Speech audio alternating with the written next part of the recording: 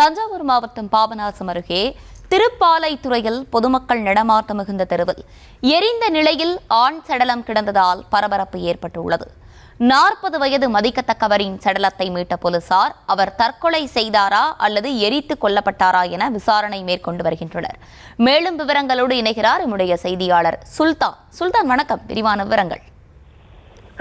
அர்சினி, பாபநாசம் தஞ்சாவூர் கும்பகோணம் தேசிய நெடுஞ்சாலை அருகே திருப்பாலத்துறை பகுதியில அவுள்கார தெரு செல்லும் சந்து ஒண்ணு அமைஞ்சிருக்கு.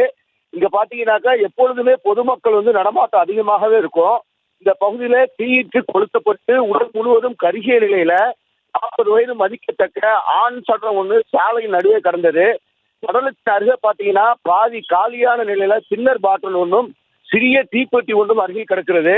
சடலத்தை வேறு இடத்திலிருந்து தீ வைத்து கொளுத்திவிட்டு கொலை செய்யப்பட்டு இந்த பகுதியில் தூக்கி வீசிவிட்டு சென்றார்களா என்று பல்வேறு கோணத்துல போலீசார் விசாரிச்சுட்டு இருக்காங்க.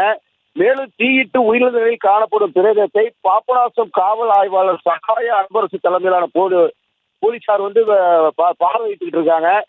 மேல மோப்ப நாய்களும் கைநகை நிபுணர்களும் வர்றதா சொல்லப்படுது. பொதுமக்கள் தொடர்ந்து நடமாடு சாலையில இந்த சம்பவம் நடைபெற்றிருக்கிறது பாபநாசம் பகுதியில பெரும் பரபரப்பை ஏற்படுத்தியிருக்கு. ஆசிரியர்